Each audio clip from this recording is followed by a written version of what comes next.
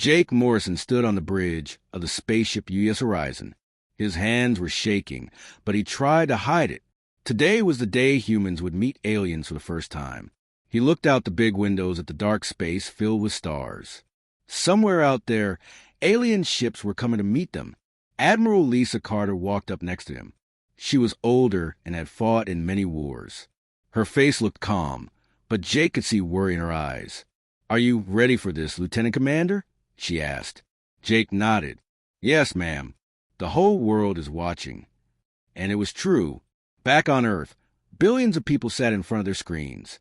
Children pressed their faces against windows, looking up at the sky. Everyone wanted to know what would happen when humans met their first aliens. The alien ships appeared slowly. They were huge and dark, shaped like giant insects. Jake counted 12 of them. Each one was bigger than any human ship ever built. Strange lights blinked along their sides like evil eyes. "Incoming message," said the communications officer, a young woman named Kelly Price. Her voice was tight with fear. "Put on screen," Admiral Carter ordered. The main screen lit up. Jake's mouth fell open. The alien was tall and thin, with 4 arms and skin that looked like metal. Its head was long and pointed, with too many teeth showing when it spoke. "I am War Master Zek of the Zephyrian Empire," the alien said. Its voice sounded like metal scraping on stone. "You are the species called humans." Admiral Carter stepped forward. "I am Admiral Lisa Carter of the United Earthspace Command. We welcome you in peace." The alien made a sound that might have been laughing. "Peace? How amusing. We do not come for peace, little creatures. We come to add your world to our empire." Jake felt his heart sink. This was not how first contact was supposed to go. "Wait," Admiral Carter said, raising her hand. "We can talk about this. Maybe we can make a deal." War Master Zek's 4 arms moved in what looked like a shrug. "There is nothing to discuss. Your species is too weak to matter. You have no proper war beasts. You fight with metal ships and simple weapons." "War beasts?" Jake asked. The alien's teeth showed more. "Yes. Watch and learn what real power looks like." The screen changed. Jake saw something that made his blood turn cold. Coming out of the alien ships were creatures that looked like nightmares. They were huge, bigger than buildings back on Earth. Their skin was black and shiny like armor. Strange weapons grew out of their backs and sides. Energy beams shot from their eyes. "These are Ravagers," War Master Zek said with pride. "We made them from the weak animals of our world. Now they are perfect weapons. They live in space. They eat metal and energy. They never stop fighting." One of the creatures moved toward a human defense station near Mars. The station shot every weapon it had at the beast. The energy beams and missiles hit its skin and bounced off like raindrops. The creature opened its mouth and shot a beam of pure energy. The defense station exploded into 1,000,000 pieces. Commander Ben Walsh, who was standing near the weapons controls, turned pale. "Our guns don't even hurt them," he whispered. More war beasts spread out across the solar system. Jake watched on the screens as they destroyed everything humans had built in space. The moon base went dark. The asteroid mining stations were crushed like paper. Ships full of people tried to run, but the creatures were faster. "This is impossible," Admiral Carter said. "How can living things survive in space?" War Master Zek seemed happy to explain. "We changed them over many years. We took away their weakness. We made them into perfect killers. This is what separates advanced species from primitives like you. In just 3 hours, every human military base outside of Earth was gone." Jake felt sick watching the destruction. All those people, all those years of work, destroyed by creatures that looked like they came from the worst dreams. "You have one choice," War Master Zek said. "Surrender now, and some of you may live as our slaves. Fight us, and we will turn your pretty blue world into dust." Admiral Carter looked around the bridge. Every officer was looking at her, waiting for orders. Jake could see the weight of the whole human race on her shoulders. "We need time to think," she said finally. The alien nodded. "You have one of your days. Then we come for your world." The screen went dark. The bridge was quiet except for the sound of machines humming. Jake looked out at the alien ships waiting in space like hungry wolves. Earth seemed very small and far away. Captain Amy Johnson ran through the halls of Mars Colony 7. Red lights flashed everywhere, and alarms screamed warnings. Behind her, families carried crying children in small bags with everything they owned. The evacuation ships could only hold so many people. "Move, move, move," she shouted at the crowd. Through the windows, she could see the war beasts getting closer. They looked like flying monsters with glowing eyes. Their shadows fell across the red dirt of Mars like death itself. Amy helped an old man climb into the transport ship. His hands were shaking as he held a small cage with a white cat inside. "My wife gave me this cat before she died," he said. "I can't leave her behind." "Don't worry, sir," Amy said. "We'll get you both to safety." But even as she said it, Amy wasn't sure it was true. The war beasts were destroying everything. They moved through space like sharks in water, never getting tired, never stopping. Human weapons couldn't hurt them. Human ships couldn't outrun them. The transport ship lifted off just as a war beast landed on the colony. Amy watched from the pilot's seat as the creature's massive claws tore through the metal buildings like they were made of paper. In seconds, the place where thousands of people lived was just twisted metal and dust. "Captain," her co-pilot said, "we're getting reports from all over the system. Every base, every station, every outpost. They're all gone." Amy closed her eyes for a moment. Then she opened them and set course for Earth. It was the only safe place left, and she wasn't sure how long it would stay that way. On the research ship UES Darwin, Dr. Peter Hayes was working in his lab when the attack started. He was a quiet man who loved studying alien life forms. For years, he had dreamed of meeting real aliens. Now that dream had become a nightmare. His assistant, Dr. Jenny Walsh, burst into the lab. "Peter, you need to see this. We managed to get some samples from one of the war beasts that attacked the Luna station." Peter looked at the small pieces of black material on his desk. Even in the lab, they seemed to move slightly, like they were still alive. "How do we get these?" "One of our fighters managed to scrape some off before it was destroyed," Jenny said. "The pilot didn't make it, but his ship sent the samples to us before." She didn't finish the sentence. They both knew what happened to pilots who got too close to the war beasts. Peter put the samples under his best microscope. What he saw made him sit back in surprise. "This is impossible." "What is it?" Jenny asked. "These cells, they're not completely artificial. Look at this DNA pattern." Peter pointed to his screen. This creature was made from something that was once natural. Something that lived on a planet, breathed air, maybe even had a family. Jenny leaned closer. "You mean these war beasts used to be normal animals?" "More than that," Peter said, his excitement growing. "Look at these genetic markers. They're the same ones we see in Earth animals that have been domesticated. Dogs, cats, horses, cows. This creature was once someone's pet. The idea was horrible and amazing at the same time. The aliens had taken their own pets and turned them into weapons. Meanwhile, on the moon, Colonel Ryan Brooks was helping with the evacuation of Luna City. The war beasts hadn't reached the moon yet, but everyone knew it was only a matter of time. Families packed their most important things into small bags. Children cried for toys they had to leave behind. Ryan noticed something strange as he walked through the evacuation center. All the pets were acting weird. Dogs that were usually calm were pacing and whining. Cats were hiding under tables with their fur standing up. Even the rabbits and hamsters seemed scared. "It's like they know something we don't," said Lieutenant Tom Garcia, who was helping load supplies. Ryan watched a German shepherd named Max. The dog belonged to a family with 2 small children. Max kept looking up at the sky and growling, even though the war beasts were still far away. "Animals have better senses than we do," Ryan said.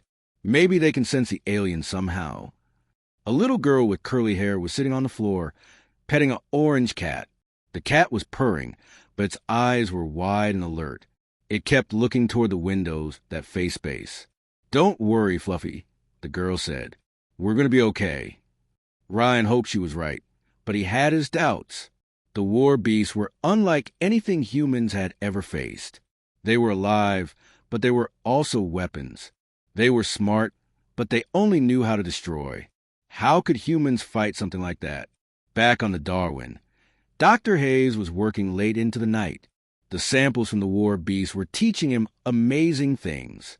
The creatures had been changed so much that they barely looked like the animals they used to be. But deep inside their cells, he could still see traces of what they once were. "Jenny, come look at this," he called out. "I think I found something important." Jenny came over, carrying 2 cups of coffee. "What now?" "These genetic markers," Peter said, pointing to a screen. "They're not just similar to Earth animals. They're exactly the same. The same genes that make dogs loyal, cats independent, horses willing to work with humans. It's all here." "But how is that possible?" Jenny asked. "We're talking about aliens from another planet." Peter sat back in his chair. "Evolution, I think. The same forces that led to domestication on Earth also happen on their world. But look at what they did with it." He showed her another screen. "They took all the love and loyalty and trust, and they turned it into something ugly. They made their pets into weapons." Outside the Darwin's windows, the war beasts continued their destruction. They moved in perfect formation, following orders from their alien masters. But Peter was starting to wonder if somewhere deep inside these creatures, the original animals were still there, trapped and changed beyond recognition. On Earth, people watched the news in horror. The reports were all the same. Humanity's space defenses were gone. The aliens would reach Earth soon. And when they did, they would bring their war beasts with them. But in small towns and big cities, in homes and apartments, millions of pets were acting strange. They paced and whined and seemed to know that something terrible was coming. Their humans petted them and tried to comfort them, not knowing that these animals might be the key to saving everyone. Major Kate Sullivan crawled through the broken subway tunnel under what used to be Denver. Above her, the war beasts patrolled the sky like flying nightmares. It had been 1 month since Earth fell, and the aliens now controlled everything. Kate's radio crackled softly. "This is Delta Team. We found more survivors in the old mall." "How many?" Kate whispered back. 15 people, including 3 kids. And Kate, they have pets with them.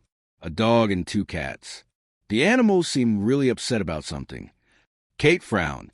Ever since the invasion, all the pets had been acting strange. They growled at empty air, hid in dark places, and sometimes stared at the sky like they could see things humans couldn't. She crawled to a broken section of tunnel wall and looked up through the cracks. A war beast moved slowly overhead. It was huge, bigger than a city bus, with black skin that seemed to eat light. Strange weapons grew out of its back like metal trees. Its eyes glowed red as it searched for humans to kill.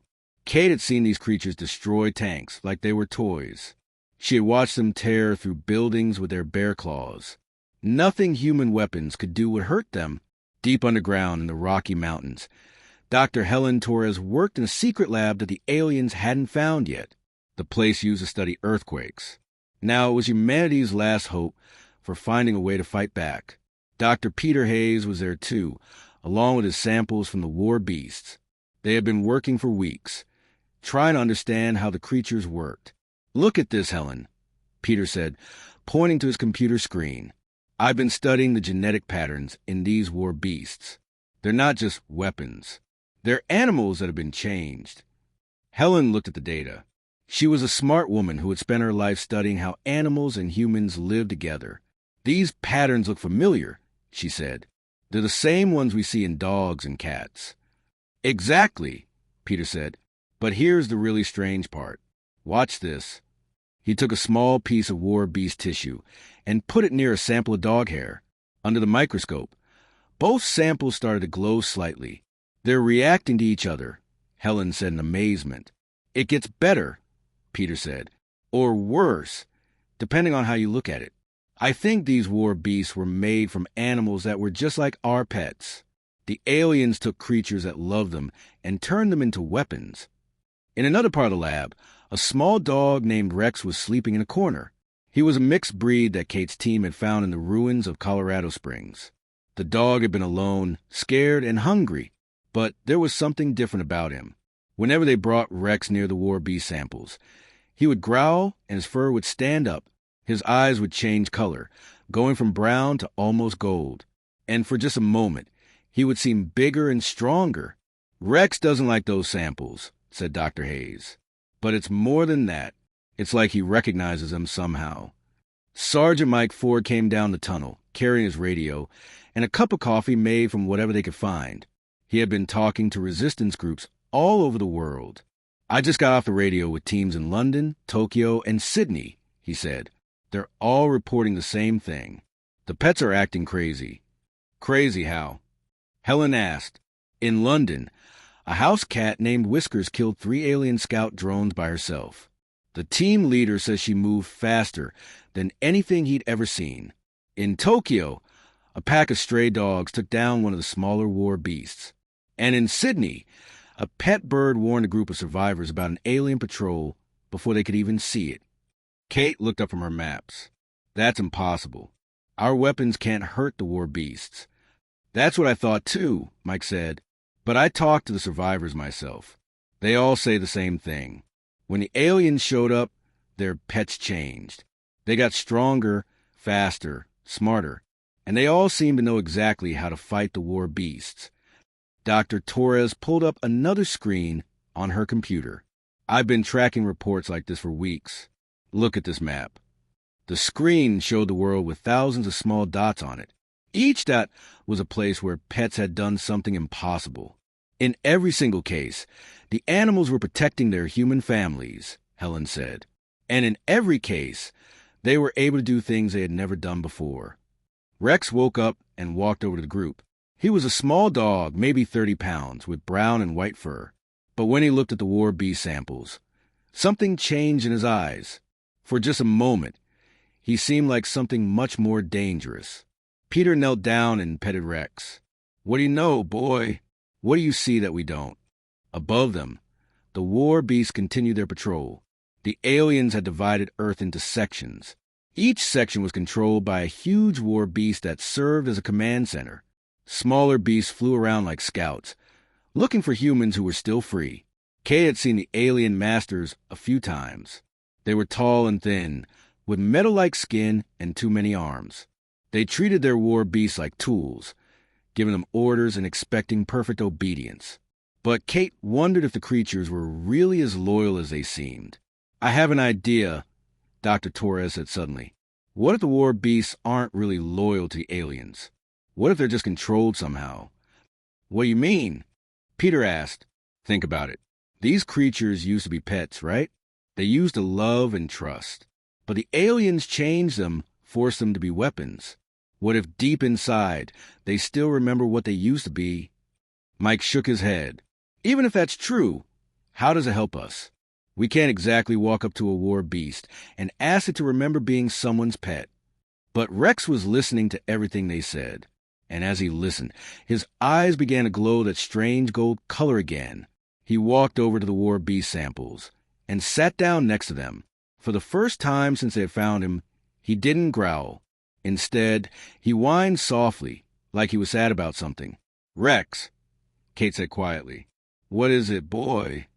The dog looked up at her with those glowing eyes.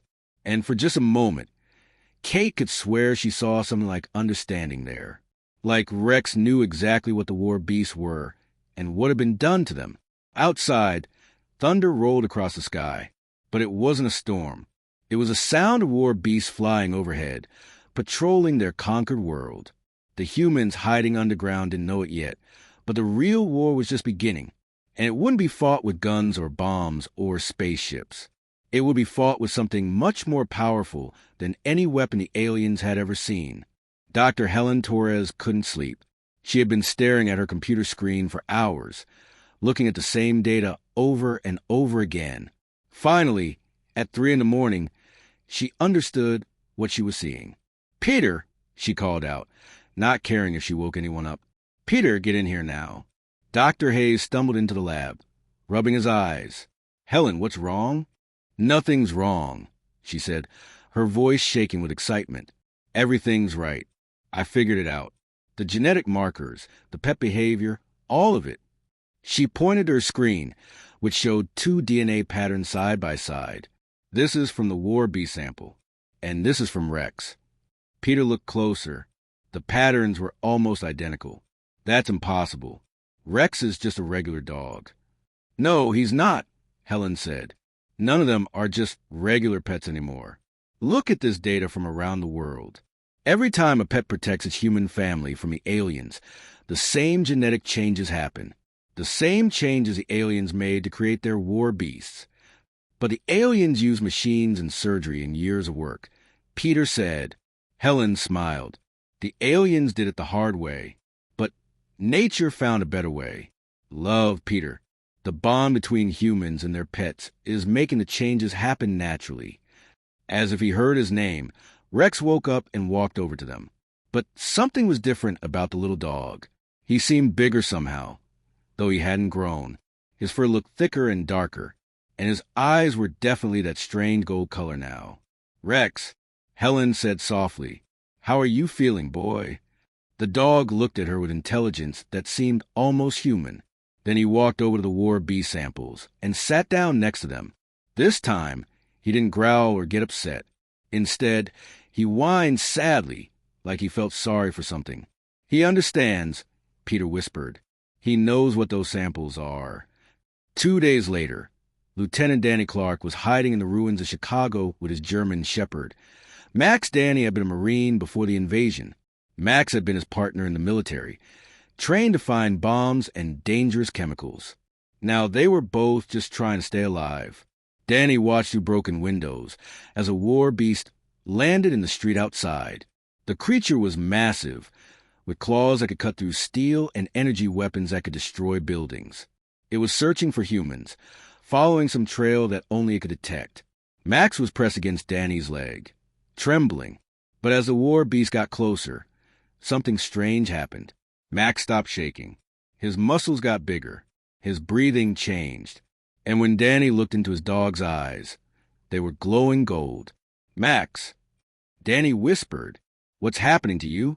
The war beast heard something and turned toward their hiding spot.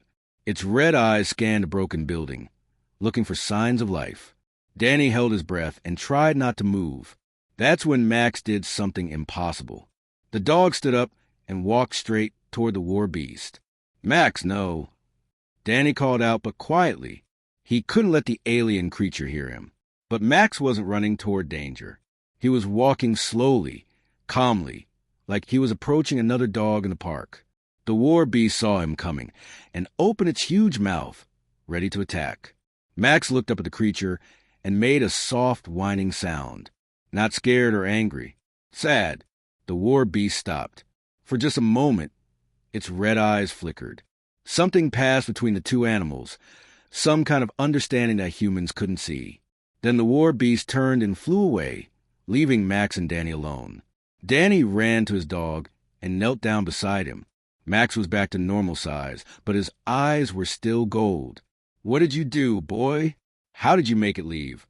Max licked Danny's face and wagged his tail. But Danny could see that his dog was different now. Stronger, smarter, and somehow connected to the war beast in a way that might save them all. Across the world, similar things were happening. In Tokyo, a small cat named Shadow was protecting a family in an underground subway station. When alien scouts came looking for them, Shadow did something that should have been impossible.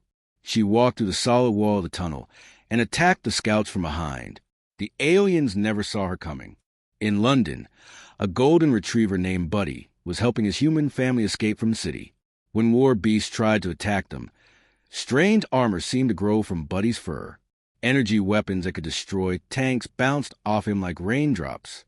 Commander Ben Walsh was now leading the resistance from a hidden base in the Australian desert. He had been collecting reports from all over the world, and the pattern was clear. It's not random, he told the other officers.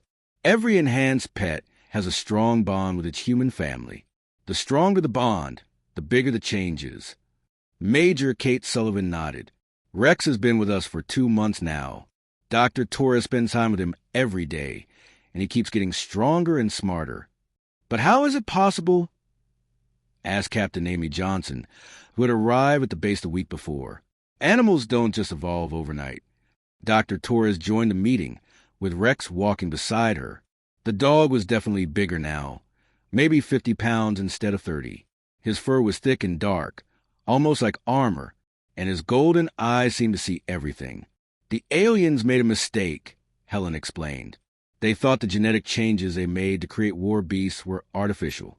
But they weren't. They were just speeding up something that was already there. She showed them her latest research on the main screen. For thousands of years, humans and animals have been evolving together. We changed them, and they changed us. The capacity for these transformations was always in their DNA. The stress of the invasion just activated it. But why now? Amy asked, why didn't this happen before? Because it was never needed before, Helen said. The changes only happen when the bond between human and animal is tested by extreme danger. When a pet's family is threatened by something they can't fight with normal abilities. Rex walked over Amy and sat down next to her. He looked up at her with those intelligent golden eyes, and Amy felt like he was trying to tell her something important. The war beasts, Amy said suddenly. They used to be like Rex, didn't they? They used to love their families. Helen nodded sadly, but the aliens broke that bond.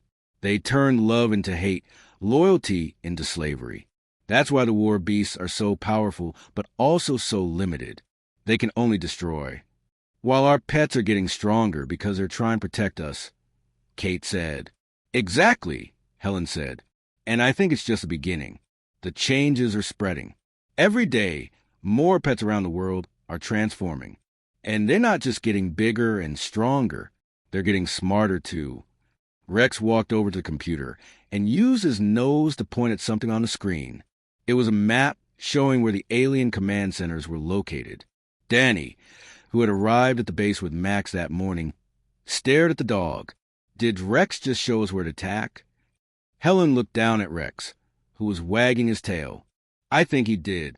I think they all know more than we realize. Outside the base, Max and several other enhanced pets were playing together in the desert, but it wasn't normal play. They were practicing coordinated movements, like soldiers learning to work as a team. 6 months after the invasion, Captain Amy Johnson stood on the deck of a hidden human ship, watching something that should have been impossible. In the water below, a pack of enhanced dolphins was attacking a Zephyrian war beast. The war beast was huge, even bigger than the ones that had destroyed Earth's defenses. It moved through the ocean like a living submarine, its black skin glowing with alien energy. But the dolphins were different now, too. They had grown to twice their normal size, and their skin seemed to shimmer with its own strange light. How are they doing that? Asked Lieutenant Sarah Kim, who was standing next to Amy. Sarah used to be a Navy pilot before the invasion. Now she worked with a red-tailed hawk named Storm, who had also been changed by the bond between human and animal. I don't know, Amy said, watching through binoculars. But they're winning. The dolphins moved together like they shared the same mind. They attacked the war beast from all sides, using sonic calls that seemed to confuse the alien creature. When the beast tried to fight back with its energy weapons, the dolphins simply disappeared underwater and appeared somewhere else. After 20 minutes, the war beast stopped moving. The dolphins had somehow shut down its weapons and left it floating helplessly on the surface. Target neutralized, came the voice of Commander Ben Walsh over radio. He was watching from another ship nearby. That's the first war beast we've actually defeated. Amy shook her head in amazement. 6 months ago, our best weapons couldn't even scratch these things. Now a group of dolphins just took one down. Back at the underground base in Australia, General Lisa Carter was looking at reports from around the world. She had been promoted after Admiral Carter was killed in the first week of the invasion. Now she was in charge of what was left of Earth's military. The reports were incredible. In Alaska, a pack of enhanced sled dogs had destroyed an alien supply depot. In Africa, elephants and lions were working together to protect human villages. In South America, even the house cats in small towns were organizing into groups that could take on alien patrols. It's not just individual animals anymore, Dr. Helen Torres explained to the general. They're forming supergroups, packs, herds, flocks that work together across species lines. She showed Carter a video from Brazil. A group of enhanced pets, dogs, cats, birds, and even a few monkeys, were moving to the jungle in perfect formation. They communicated without making sounds, like they could read each other's minds. How is that possible? Carter asked. The emotional bond, Helen said. It's not just between one human and one pet anymore. It's spreading to create connections between all the enhanced animals. They can feel what each other are feeling. Rex walked into the room, followed by Max and several other enhanced pets. Rex was now the size of a large wolf, with fur so dark it seemed to absorb light. Max had grown even bigger, his German shepherd body now powerful enough to take on a small war beast. But the most amazing thing was how they moved together. Without any signals from their humans, the animals arranged themselves around the room in perfect defensive positions. They were protecting everyone without being asked. They're always thinking about our safety, Helen said softly, even when we don't know we're in danger. Lieutenant Danny Clark, who had become Max's official partner, nodded. Yesterday, Max woke me up 3 hours before an alien patrol came through our sector. He knew they were coming before our sensors did. On the other side of the world, in what used to be New York City, Lieutenant Sarah Kim was preparing for a reconnaissance mission. Her hawk, Storm, had grown the size of an eagle, with feathers that seemed to change color depending on the light. But more importantly, Storm could now fly faster than any human aircraft. Ready, girl? Sarah asked, holding out her arm. Storm landed on her shoulder and made a soft clicking sound. Sarah had learned to understand what the different sounds meant. This one meant, yes, but be careful. They took off from a hidden base in the ruins of Brooklyn. Sarah wore a special flight suit that let her breathe at high altitudes. Storm carried a tiny camera that would send pictures back to the base. As they flew over Manhattan, Sarah could see the alien occupation in full force. War beasts patrolled the skies in formations of 3 or 4. The buildings were covered with strange alien technology that pulsed with blue light. And on the streets below, the tall alien masters walked among captured humans who worked as slaves. Storm suddenly changed direction, diving toward one of the alien command centers. What do you see? Sarah asked. The Hawk's enhanced vision had spotted something important. In a building that used to be a hotel, dozens of human children were being held prisoner. They were being used to test alien technology, subjected to experiments that would help the invaders understand human biology. We have to help them, Sarah said. Storm made a different sound, one that meant, I agree, but it's dangerous. They flew closer to the building. Sarah could see war beast guards on the roof and alien technology protecting every entrance. A normal rescue mission would be impossible. But Storm wasn't normal anymore. As they approached the building, the Hawk began to glow with the same strange light Sarah had seen in all the enhanced animals. Storm dove toward the roof at incredible speed, moving so fast that the war beast guards couldn't track her. At the last second, Storm pulled up and released a sonic call that was louder than thunder. The sound wave hit the alien technology and somehow shut it down. Lights went out all over the building. The war beast on the roof collapsed, not dead but unconscious. Storm, that was amazing. Sarah said, how did you know that would work? The Hawk made a sound that Sarah interpreted as, I remembered something the war beast forgot. While Storm kept the guards disabled, Sarah rappelled down into the building and began freeing the children. They were scared and weak but alive. As she led them toward the exit, she could hear Storm fighting something on the roof. When Sarah reached the roof of the children, she saw Storm facing off against a war beast that was twice her size. But the Hawk wasn't backing down. She was flying in complex patterns around the creature, making sounds that seemed to confuse it. Then something extraordinary happened. The war beast stopped attacking. It looked at Storm with eyes that flickered between red and gold. For just a moment, Sarah could see confusion in the creature's face, like it was trying to remember something important. Storm landed on Sarah's shoulder and made a sad sound. The war beast looked at them for another moment, then flew away without attacking. What just happened? One of the rescued children asked. Sarah looked at Storm, whose feathers were now glowing bright gold. I think Storm reminded that war beast of what it used to be before the aliens changed it. Back at the base, Dr. Torres was analyzing the mission data when she made another breakthrough. The enhanced animals aren't just getting stronger, she told the others. They're learning to communicate with the war beasts. She showed them recordings from Sarah's mission. Look at the sound pattern Storm made. They're almost identical to the communication signals we detected from war beasts talking to each other. You mean our pets are learning the alien language? Danny asked. Not exactly, Helen said. I think they're learning the original language. The language these creatures spoke before they were turned into weapons. Rex walked over to the computer and touched the screen with his nose. The image changed to show a war beast that had been captured on camera near the Australian base. But this war beast was different. Its eyes were gold instead of red, and it wasn't attacking anything. Some of them are remembering. The second year of the war began with something no one expected. Colonel Ryan Brooks was leading a group of survivors through the ruins of what used to be New York City when they heard it, the sound of war beasts fighting each other. Ryan and his team hid behind a collapsed building and watched as two massive creatures battled in the sky above them. One had the normal red eyes of an alien war beast. The other had golden eyes that glowed with familiar warmth. It's happening, whispered Dr. Helen Torres, who was with Ryan's team. The war beasts are choosing sides. The golden-eyed creature was smaller than its opponent, but it fought with intelligence and purpose. It used tactics that reminded Ryan of watching his enhanced dogs work together.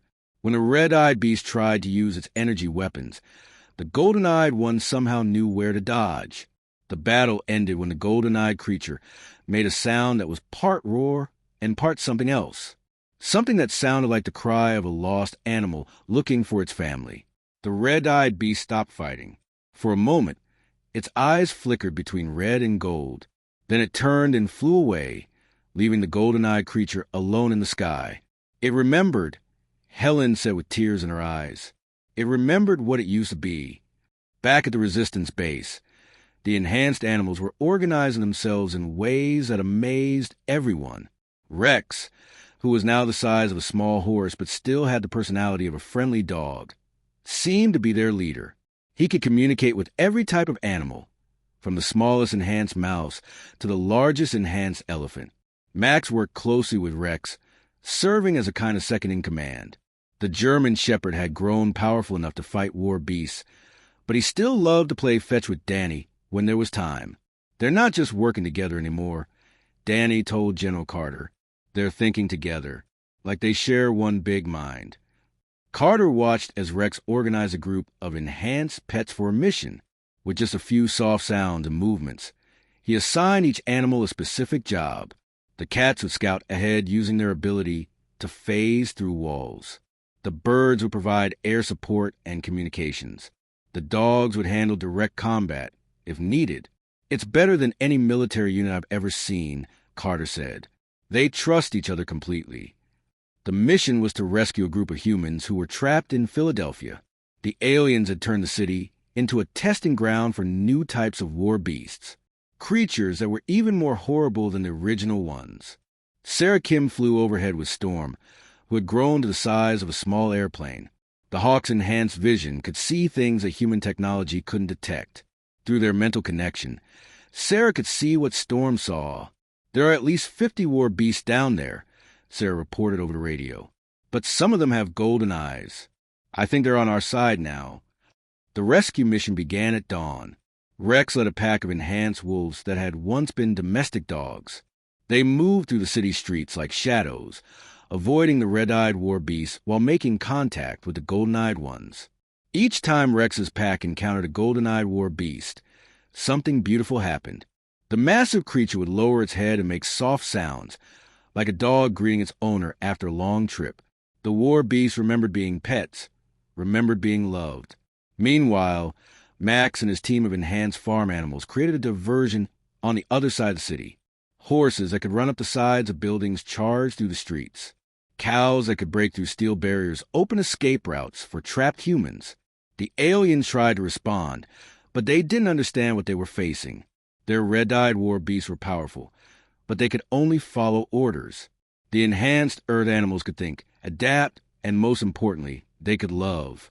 In the middle of the battle, something happened that changed everything. A massive war beast, bigger than any they had seen before, landed in the center of Philadelphia. This was clearly an alpha creature, a command unit that controlled all the other war beasts in the area. The creature's eyes were bright red, and it radiated authority and power. When it roared, every red-eyed war beast in the city responded. They began converging on Rex's position, moving to destroy the enhanced animals that threatened alien control. But Rex didn't run. Instead, he walked slowly toward the alpha war beast. Max and the other enhanced animals formed a circle around him, not to protect him, but to show support. When Rex was close enough to touch the massive creature, he did something that no one expected. He sat down and made a soft whining sound, the same sound that dogs make when they're trying to comfort someone who is sad. The alpha war beast looked down at the small enhanced dog. For a moment, its red eyes flickered. Deep inside the creature's modified brain, something stirred. A memory of being small and loved, of sleeping at someone's feet, of playing in a sunny yard. The change started slowly. The red in the creature's eyes began to fade, replaced by gold. The alpha war beast's aggressive posture relaxed. It lowered its massive head until it was level with Rex. Then it made a sound that broke everyone's heart.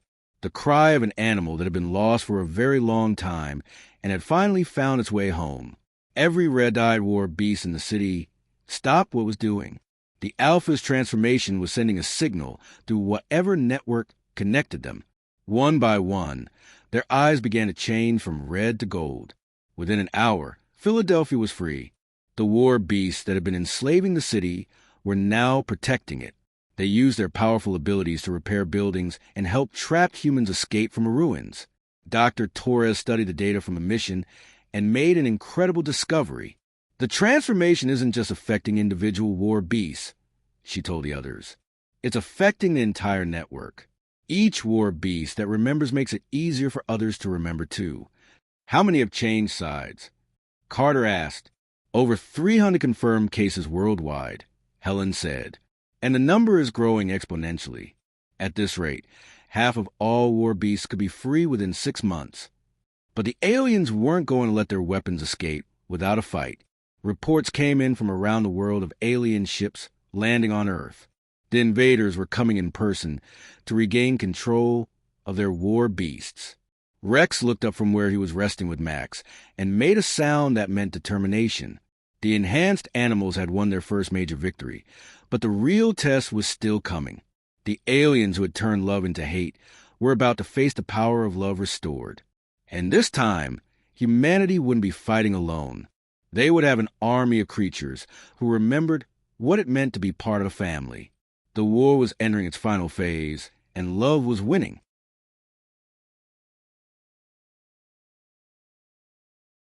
The final battle didn't happen on Earth. It happened in the cold darkness of space, near the Zephyrian homeworld. Admiral Lisa Carter stood on the bridge of the USS New Hope, watching something that would have been impossible 2 years ago. Swimming through space beside her ship was Rex. The little dog that Kate Sullivan had found in the ruins of Colorado Springs was now the size of a building. His fur had become a kind of natural spacesuit that let him breathe and move in the vacuum between stars. But his eyes were still the same warm gold, and his tail still wagged when he saw his human friends. "I still can't believe this is real," said Captain Amy Johnson, who was piloting one of the escort ships. Beside her ship flew Storm, Sarah Kim's Hawk, now large enough to carry a small crew of humans on her back. The human fleet was unlike anything that had ever existed. Ships flew alongside enhanced animals that had grown large enough to travel between planets. Whales moved through space like living submarines. Eagles soared between the stars with wings that caught solar wind. Even house cats had found a way to survive in space, their enhanced abilities letting them phase through dangerous radiation. But the most amazing thing was how they all worked together. The enhanced animals didn't need radios or computers to communicate. They shared thoughts and feelings across thousands of miles of empty space, creating a network that no alien technology could hack or disrupt. Lieutenant Commander Jake Morrison, now serving as Carter's second-in-command, watched the data coming in from their scouts. "Admiral, we're approaching the Zephyrian system. Their main fleet is waiting for us." Carter nodded. "How many ships?" "Over 1,000. and they brought their most powerful war beast with them. Through the main viewer, they could see it. A creature so large it was like a small moon, covered with weapons and armor that had been grafted onto its body over centuries. This was a destroyer, the Zephyrian's ultimate weapon. It had eaten entire planets and turned them into fuel for its alien masters. That thing destroyed 12 worlds before coming here, Jake said quietly.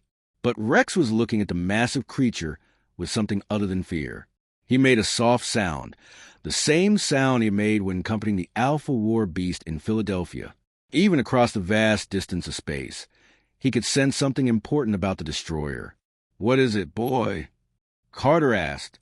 Over the past year, she had learned to trust Rex's instincts more than her own military training. Rex made another sound, one that the humans had learned meant sadness. Deep inside that planet-sized weapon was an animal that had once been loved, an animal that had been changed and twisted until it forgot everything except how to destroy. The battle began when the Zephyrian fleet opened fire.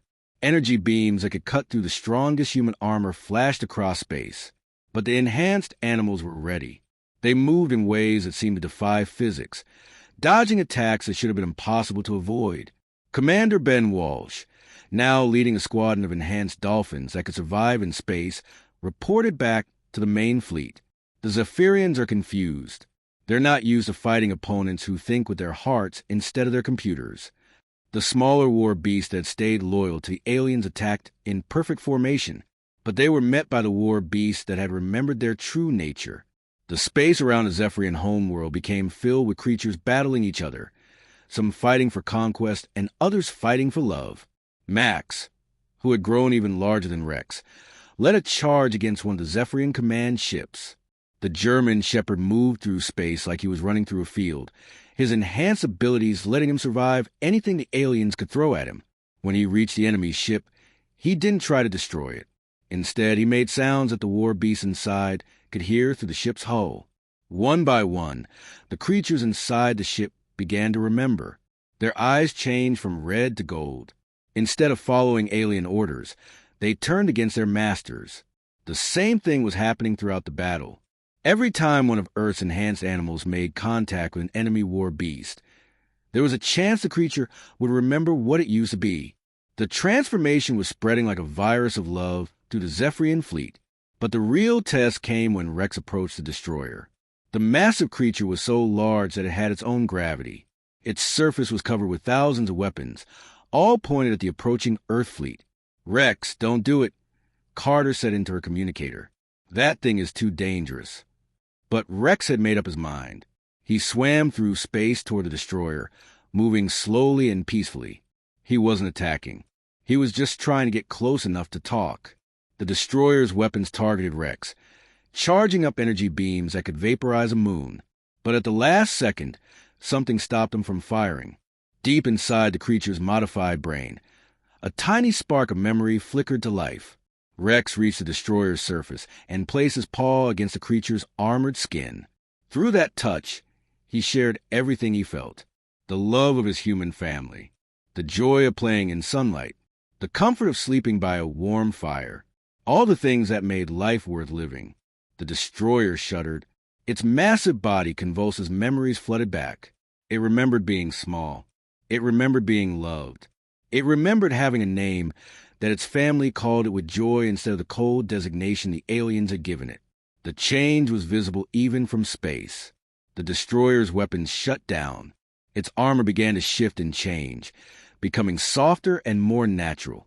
And from somewhere deep inside the creature came a sound that reached every enhanced animal in the system. It was a cry of an animal calling for its family.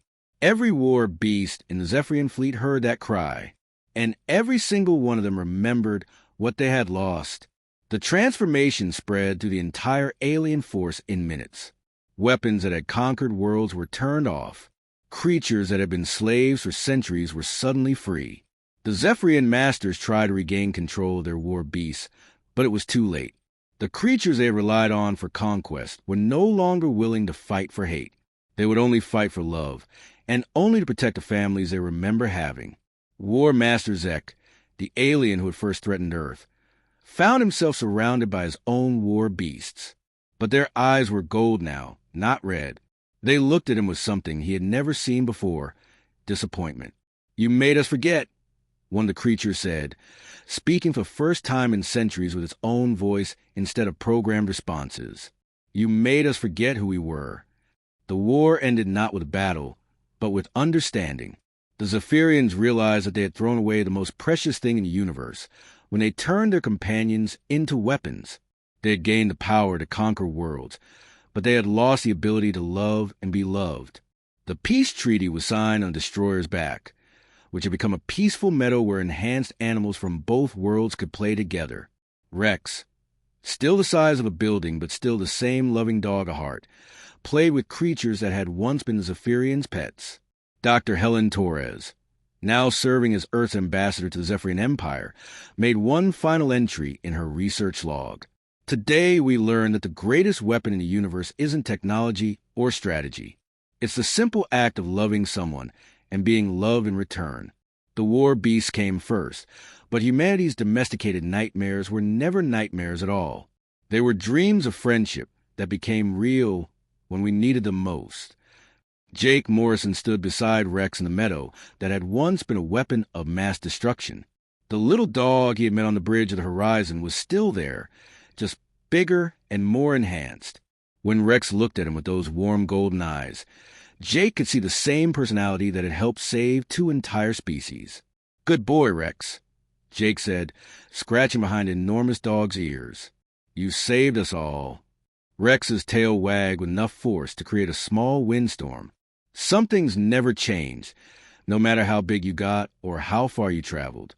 Love was still love, whether it was between a human and a dog on a small planet, or between 2 species learning to trust each other among the stars. The war was over. The real adventure was just beginning.